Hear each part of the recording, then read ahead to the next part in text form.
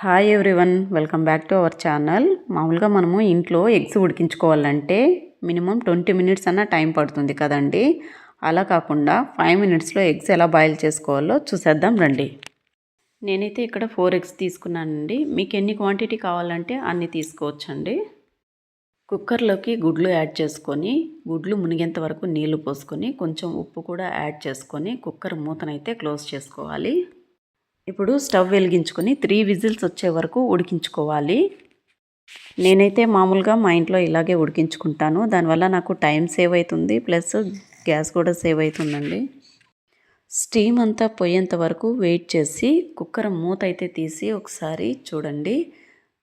గుడ్డుకి పగుళ్ళు క్లియర్గా కనిపిస్తున్నాయి చూడండి. మీకు అక్కడ చక్కగా ఉడికిపోయాయండి గుడ్లు. ఉడికించిన ఈ వేడి నీళ్ళని పక్కకు తీసేసి అందులో ట్యాప్ వాటర్ని కొద్దిగా యాడ్ చేసుకొని కొంచెం సేపు పక్కన పెట్టుకోవాలి. ఇప్పుడు ఎగ్స్ మీద ఉన్న పొట్టుని క్లియర్గా నీట్గా తీసేసుకోవాలి ఒక్కొక్కటిగా. చూడండి, ఇక్కడ వీడియోలో చూపించిన విధంగా నీట్గా వచ్చేస్తుంది. అసలు ఇబ్బంది పడాల్సిన అవసరమే లేదు. మధ్య మధ్యలో చిరిగిపోవడము అట్లంతా ఏం లేదు. గుడ్డు పొట్టు తీయగానే ఎంత నీట్గా వచ్చేస్తుందో చూడండి.